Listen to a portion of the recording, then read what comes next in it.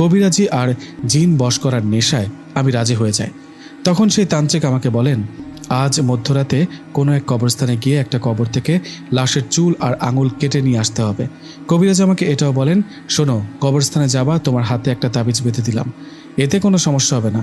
আর তোমার হাতে এই পানির বোতলটা রাখো, এটা পড়া পানি। যদি কখনো তোমার সাথে ভয়ঙ্কর কিছু ঘটে তখন এই পানিটা সেখানে ছিটিয়ে দেবে।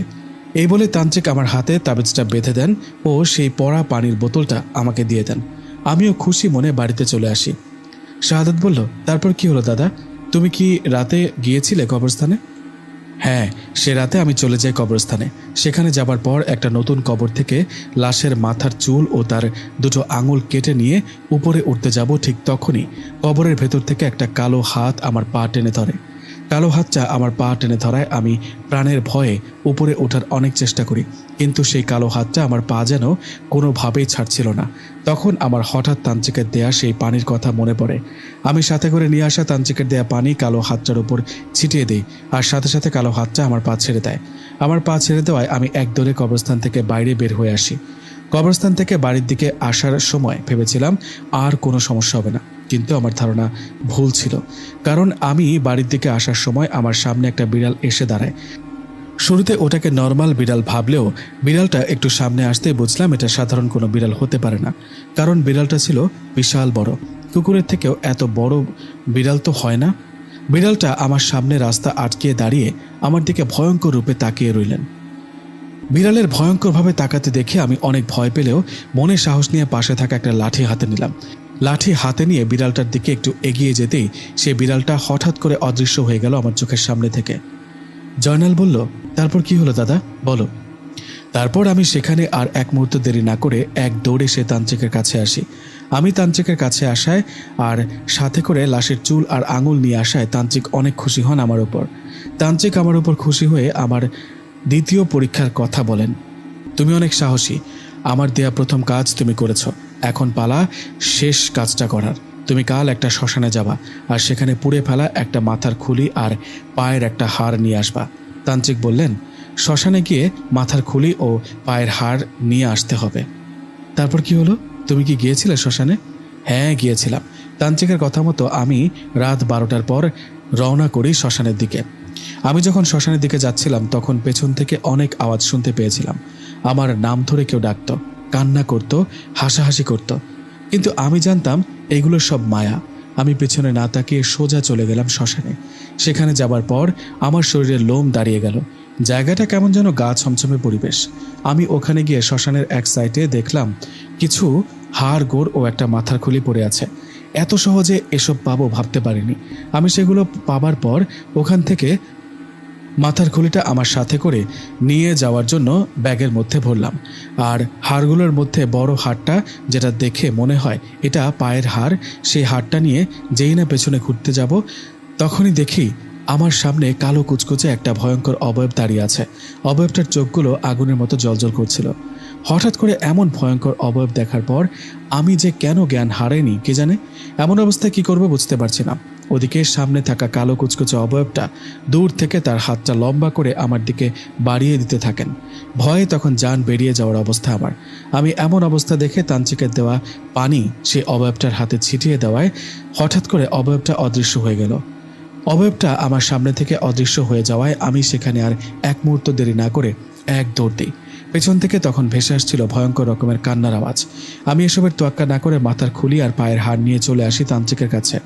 আমি এগুলো নিয়ে তান্ত্রিকের কাছে আসায় উনি ভীষণ খুশি হন আর আমাকে বলেন, শাবাশ, তুমি আসলেই খুব সাহসী, তুমি পারবা একজন বড় কবিরাজ হতে। তান্ত্রিক আমাকে এটাও বলেন, আমি তোমার সাহস পরীক্ষা করতে আমার সাথে থাকা জিনকে দিয়ে তোমাকে ভয় দেখিয়েছি। তুমি কবরস্থানে বা শ্মশানে যে ভয়ঙ্কর অবয়ব দেখেছ ওরা আমার সাথে থাকা জিন। তুমি পরীক্ষা পাশ করেছ। আমি তোমার কবিরাজি শেখাবো, আমার যত জ্ঞান আছে সব শেখাবো তোমাকে, কিন্তু এই সবের অপব্যবহার করবে না, কখনো কখনো অন্যায়ভাবে কোনো জিন বা মানুষের ক্ষতি করবে না। এই বলে তার পরের দিন থেকে সেই তান্ত্রিক আমাকে আস্তে আস্তে সব শেখাতে থাকেন। এভাবে কেটে যায় 6টি মাস। এই 6 মাসে আমি সেই তান্ত্রিকের কাছে সব শিখে ফেলেছি। তান্ত্রিকের মতো আমিও একটা দুইটা করে জিন পরি ধরার রোগী দেখতে থাকি। আস্তে আস্তে আমাকে সবাই জলিল কবিরাজ বলে ডাকতে থাকে। এমনই আমি একদিন একটা জিনে ধরা রোগী দেখতে যাই। কিন্তু আমি ব্যর্থ হয়ে ফিরে আসি, কারণ আমার থেকে ওই রোগীর শরীরে থাকা জিনটা শক্তিশালী ছিল। আমি ব্যর্থ হয় খুব রাগ হচ্ছিল। আমি রাগের মাথায় আমার ওস্তাদ তান্ত্রিকের কাছে যাই। ওনার কাছে গিয়ে বলি, আমি একটা রোগী দেখতে গিয়ে ব্যর্থ হয়েছি, হেরে গেছি জিনটার কাছে। আমার কথায় তান্ত্রিক বলেন, আরে পাগল, তুমি কি সব রোগের সমস্যার সমাধান করতে পারবে নাকি? আর সব জিন তো সমান না, সবার শক্তিও তো সমান না। তান্ত্রিকের কথায় আমি ওনাকে বলি, আমার আরও শক্তি চাই, পাওয়ার চাই, আমাকে আরও শক্তিশালী বানান, আরও শেখান। আমার কথা শুনে তান্ত্রিক অবাক হয়ে বলল, কি, তোমার আরও শক্তি চাই, আরও পাওয়ার চাই? মানে বোঝেন না, আমি আরও শক্তিশালী কবিরাজ হতে চাই। কোনো জিন যেন আমার থেকে শক্তিশালী হতে না পারে। দেখো বাপু, বেশি ক্ষমতার লোভ ভালো না। তারপরও তোমার যেহেতু বড় মাপের কবিরাজ হবার এতই শখ, তাহলে তুমি আমার যিনি গুরু, আমার শিক্ষক, তুমি ওই তান্ত্রিকের সাথে দেখা করো আর ওনার কাছে শিক্ষা নিতে থাকো। আমার যা জানা ছিল সব তোমাকে শিখিয়ে দিয়েছি। তুমি কাল ওনার সাথে দেখা করো, ওনাকে আমার কথা বলো, উনি তোমাকে ওনার শিষ্য করে নেবেন আশা করি। শাহাদাত বলল, তারপর কি হলো দাদা, তুমি কি গিয়েছিলে বড় তান্ত্রিকের কাছে? জলিল দাদা বলল, হ্যাঁ গিয়েছিলাম। আমার প্রথম শিক্ষক প্রথম তান্ত্রিকের কাছ থেকে তার যে গুরুতান্ত্রিক আছে তার ঠিকানা নিয়ে পরের দিন তার কাছে গিয়েছিলাম। আমি বড় তান্ত্রিকের কাছে যাওয়ার পর ওনাকে সব ঘটনা খুলে বলি। আমার কথায় সে তান্ত্রিক বলেন, তুমি খুব সাহসী একটা ছেলে মানুষ, কিন্তু আমার শিষ্য হলে আমার কাছে কাজ শিখতে চাইলে মৃত্যু ঝুঁকি আছে, একটু কম বেশি হলে মরতে হবে শক্তিশালী জিনের কাছে। আমি সে বড় তান্ত্রিকের কথায় ভয় না পেয়ে উল্টো এক কথায় রাজি হই। এরপর থেকে চলতে থাকে আমার কঠিন থেকে কঠিন শিক্ষা। কখনো শ্মশানে, কখনো বা গহীন জঙ্গলে একা একা সাধনা করে জিনকে হাজির করতে হতো, ওদেরকে খুশি করতে হতো। এভাবে চলতে থাকে আমার কাজ। আমি শক্তিশালী কবিরাজ হওয়ার নেশায় কখন যে ঢুকে পড়ি অন্ধকার পাপের জগতে সেটা বুঝতেও পারিনি। আমি কালো জাদু থেকে শুরু করে সব রকমের কাজ করতে শুরু করি। এভাবে আমি পৌঁছে যাই কবিরাজের চরম পর্যায়ে।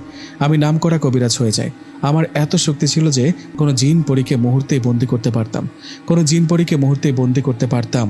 এভাবে গ্রামে ও দূর দূরান্তে ছড়িয়ে গেল আমার নাম। আমি কালো জাদু থেকে শুরু করে সব রকম কাজ করতাম। আমার কাছে বন্দি ছিল কয়েকটা জিন, আমি ওদের দিয়ে কাজ করাতাম। এভাবে যখন চলতে শুরু করলো, তখন আমার প্রথম শিক্ষক, যে তান্ত্রিকের কাছে আমি প্রথম সব কিছু শিখেছি, সেই তান্ত্রিক আমাকে কবিরাজি শিখিয়েছিল, তিনি আমার সাথে দেখা করেন। উনি আমার সাথে দেখা করে আমাকে বললেন, জলিল, তুমি কি করছো এসব? আমি কি এসবের জন্য তোমাকে কবিরাজি শিখিয়েছি? তান্ত্রিক ওস্তাদের কাছে কথাটা শুনে ওনাকে বললাম, কি করেছি আমি? তান্ত্রিক বলল, তুমি কবিরাজির চরম পর্যায়ে চলে গেছো, অন্ধ হয়ে গেছো। কালো জাদু থেকে শুরু করে কি করো না তুমি বলো? এখনো সময় আছে, এগুলো থেকে ফিরে আসো। তান্ত্রিক ওস্তাদের কথায় আমি ওনাকে বলি, ও আচ্ছা, তাহলে সাধু আমি একাই দোষী, আপনি বুঝি কিছু করেন না? আপনি কি কালো জাদু করেন না? আপনার কাছে কি জিন বন্দি নেই? আগে নিজে ভালো হন, তারপর আমাকে দোষ দিতে আসবেন। আমি এখন বড় মাপের কবিরাজ বলে সবাই আমার কাছে আসে, আপনার কাছে যায় না, তাই এসব আমাকে বলছেন। আমি তো বুঝি, তাই না? তান্ত্রিক ওস্তাদ বলল, জলিল সাবধানে কথা বলো, তুমি ভুলে যেও না আমি তোমার ওস্তাদ। এভাবে তান্ত্রিকের সাথে আমি তর্কে জড়িয়ে পড়ি। এক সময় দুজনের মাঝে ঝগড়ার পর্যায়ে চলে যাওয়ায় ওস্তাদ তান্ত্রিক আমাকে বলেন, ঠিক আছে, বড় বার বেড়ে গেছিস তাই না, তোকে আমি দেখে নিব।